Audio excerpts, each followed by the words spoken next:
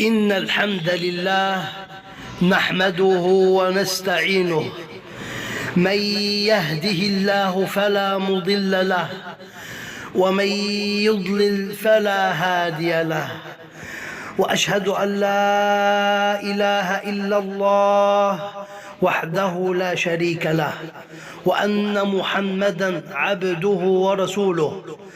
أما بعد، فإن الله أمر المؤمنين جميعا بالتوبة، فقال: وتوبوا إلى الله جميعا أيها المؤمنون لعلكم تفلحون.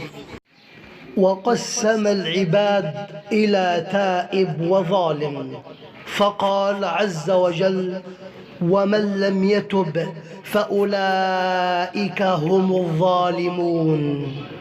ونحن في زمان بعد فيه كثير من الناس عن دين الله، وانتشر الفساد حتى ما باقي أحدا لم يتلوث بشيء من الخبائث إلا من عصم الله، ولكن يأبى الله أن يتم نوره، فانبعث الكثيرون من غفلتهم وأحسوا بالتقصير في حق الله وندموا على التفريط والعصيان.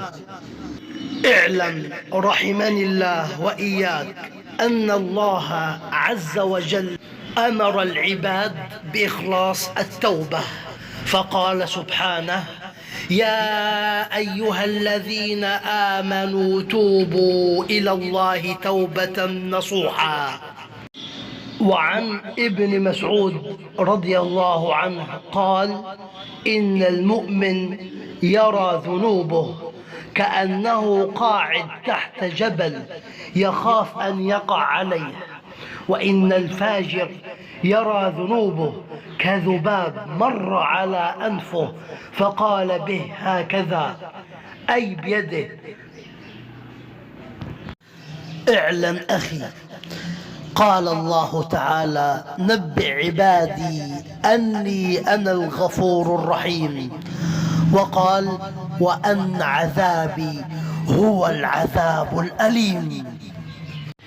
شروط التوبة. كلمة التوبة كلمة عظيمة لها مدلولات عميقة، لا كما يظنها كثير. ألفاظ باللسان ثم الاستمرار على الذنب.